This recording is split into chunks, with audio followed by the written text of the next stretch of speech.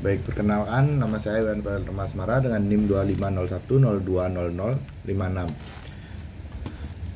Sekarang saya akan menjelaskan tentang tugas UTS dasar-dasar pemrograman saya. Yang pertama itu algoritma. Saya menjelaskan dari mulai sistem. Mesin menyapa pelanggan dengan menampilkan menu pemesanan kamar. Selanjutnya, pelanggan memilih tipe kamar. Pelanggan dapat memilih salah satu tipe atau lebih tipe kamar, misalnya standar, deluxe, atau suite. Selanjutnya, sistem memeriksa ketersediaan kamar. Untuk setiap tipe kamar yang dipilih, sistem mengecek di database apakah masih tersedia. Jika kamar tersedia, sistem menampilkan jumlah kamar yang tersedia. Dan pelanggan dapat melanjutkan ke tahap pembayaran. Jika kamar tidak tersedia, sistem menampilkan pesan tipe kamar tidak tersedia. Dan pelanggan diberikan dua pilihan, yaitu ganti tipe kamar yang akan membuat sistem kembali ke langkah pemilihan kamar di awal. Nah, jika memilih batalkan pemesanan, sistem menghentikan proses dan kembali ke menu awal. Selanjutnya, proses pembayaran. Sistem akan menampilkan total biaya berdasarkan tipe kamar dan jumlah malam menginap. Dan pelanggan masukkan jumlah uang atau memilih metode pembayaran tunai, kartu, atau QR.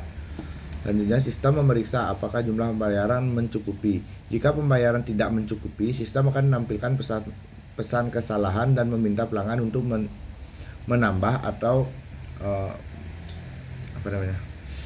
input ulang dari jumlah pembayaran. Selanjutnya, proses pembayaran diulang sampai jumlah mencukupi. Jika pembayaran mencukupi, sistem akan memproses transaksi dan mencetak bukti pemesanan. Pemesanan dianggap selesai dan sukses. Habis itu end atau selesai. Selanjutnya, flowchart. Di flowchart, saya menggunakan Draw.io untuk membuat flowchart. Yang pertama itu start atau mulai. Langsung ke tampilkan menu pemesanan kamar dan lanjut ke pelanggan memilih tipe kamar, lanjut ke cek ketersediaan kamar di sistem. Ini di database, sistem mengecek apakah kamar itu tersedia atau enggak. Selanjutnya ada dua pilihan. Jika kamar tersedia, itu akan ke kanan. Nah, saya jelaskan dulu jika kamar tidak tersedia. Jika kamar tidak tersedia, sistem akan menampilkan kamar tidak ada dan pilih ganti atau batalkan. Nah, kalau pilih ganti,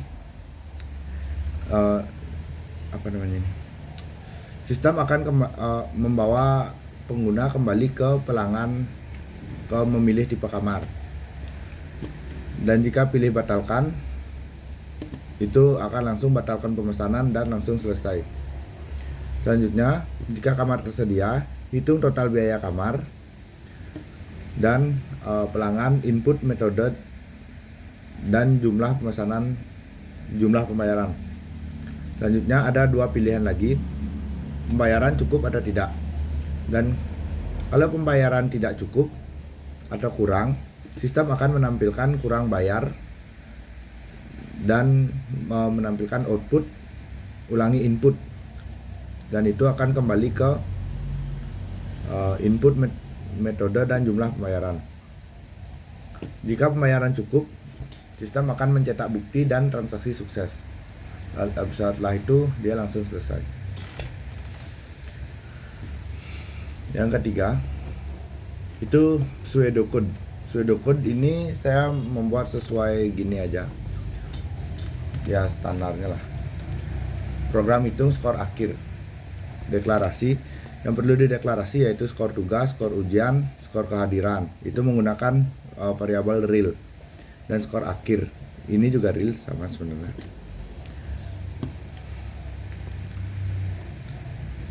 Ini algoritmanya. Ulangi itu atau loop, ya pakai bahasa Indonesia sini. Tulis Masukkan skor tugas 0 sampai 100. Ini dia input uh, input pada sistem, input lah. Habis itu baca read skor tugas. Jika ini if skor tugas di bawah 0 atau skor tugas di atas 100, maka keluar output nilai tidak valid. Masukkan nilai antara 1 sampai 100. Ini penutup if. Ini sampai skor tugas lebih besar dari 0 dan skor tugas di bawah 100, itu kembali nambah loop lagi, tulis masukkan skor ujian. Sorry, saya salah. Ini lanjutan dari ini sampai skor tugas di atas 0 dan skor tugas di bawah 100. Lalu loop ini akan mengulang, tulis masukkan skor ujian 0 sampai 100. Baca skor ujian. Lalu if skor ujian di bawah 0 atau skor ujian di atas 100, maka tulis nilai tidak valid, masukkan nilai antara 0 sampai 100.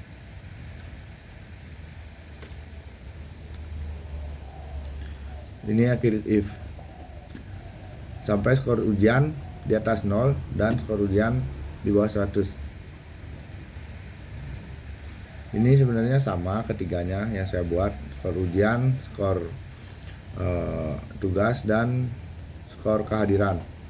Skor kehadiran juga sama seperti itu. Nih, tulis masukkan skor kehadiran 0 sampai 100, baca skor kehadiran atau jika skor kehadiran di bawah 0 atau di atas 100, maka nilai tidak valid, masukkan nilai antara 0 sampai 100 sampai skor di atas 0 dan di bawah 100. Yang terakhir itu di skor akhir. Pada skor akhir itu 0,4 dikali skor tugas ditambah 0,5 dikali skor ujian ditambah 0,1 dikali skor kehadiran. Lalu tulis skor akhir Anda. Di sini variabel skor akhir. Jika variabel skor akhir adalah 60, maka tulis status lulus. Jika tidak, tulis status tidak lulus. Selanjutnya habis itu selesai. Selanjutnya itu ke game scratch yang saya buat. Ini bertemakan head soccer atau sepak bola yang ya menyentuh semua bagian tubuh itu bisa lah. Game simple seperti ini. Ini bolanya agak melayang karena saya agak lambatkan. Ini dimainkan oleh dua player menggunakan ASD dan left, right, and sama up button. Jika menyentuh gawang, dia akan menambah poin 1. Di sini player satunya adalah yang biru dan player merah adalah player 2.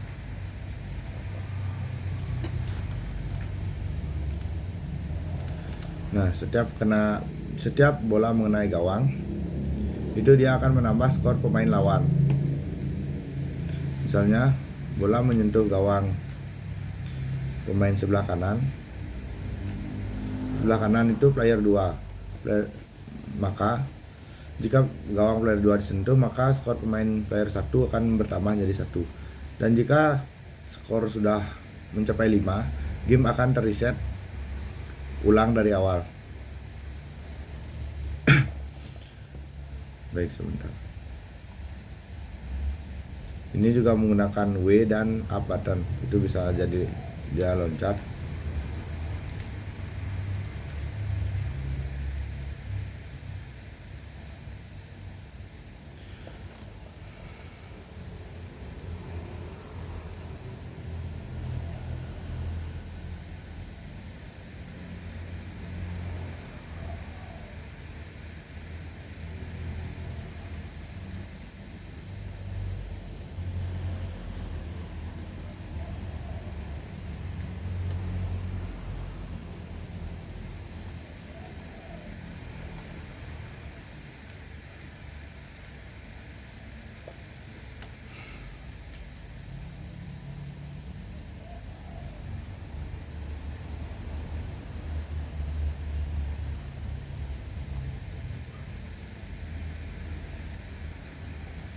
Nah, jika sudah salah satu pemain sudah 5, itu akan memunculkan tulisan kamu menang. Setelah itu dia akan reset kembali. Nah, pada sprite yang pertama itu sprite biru. Di sprite biru saya menggunakan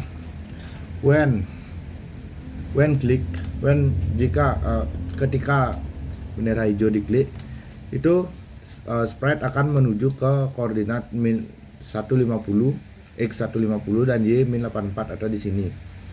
Nah, itu forever. Saya menggunakan forever. Di dalam forever itu ada if jika keyboard D dipencet, player akan bergerak ke kanan sebanyak 10 pixel. Nah, saya tumpuk if di sini untuk setiap kunci yang dipencet. Sama juga ketika kunci A dipencet, itu akan mundur 10 pixel. Ketika kunci W itu player akan agak loncat sebanyak 19 pixel. Habis itu tunggu 0,1 detik dan ubah yang loncat tadi dari 19 menjadi ke min 19 ke posisi awal. Begitu juga di sprite yang merah itu sama.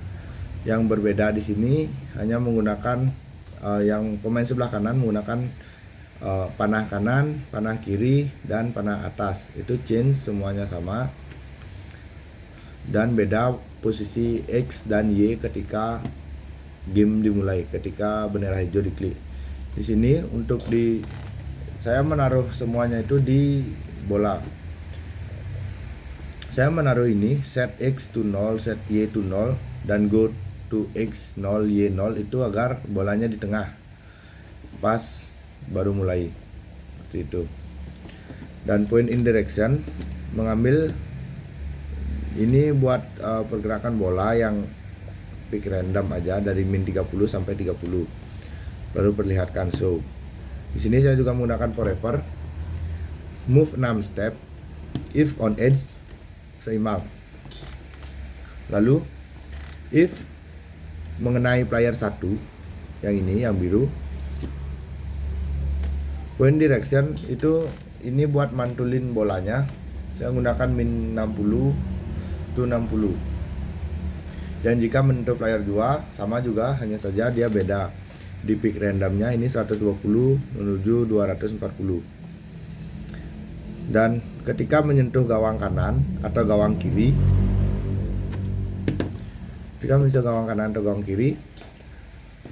maka skor pemain lawan akan bertambah 1 dan bola kembali ke tengah ke titik 00. Point in direction di sini juga sama, cuma bedanya ini 150 to 210. Lalu tunggu 1 detik. Dan jika skor pemain sudah 5, ada yang pada bola akan mengeluarkan teks kamu menang selama 2 detik.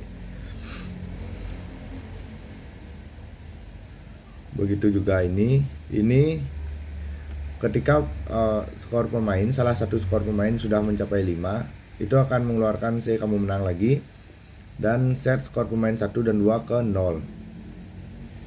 Di sini saya menggunakan beberapa variabel, yaitu variabel skor pemain 1 dan variabel skor pemain 2. Nah, untuk gawang saya tidak isi apa-apa karena saya udah includekan di bola saja.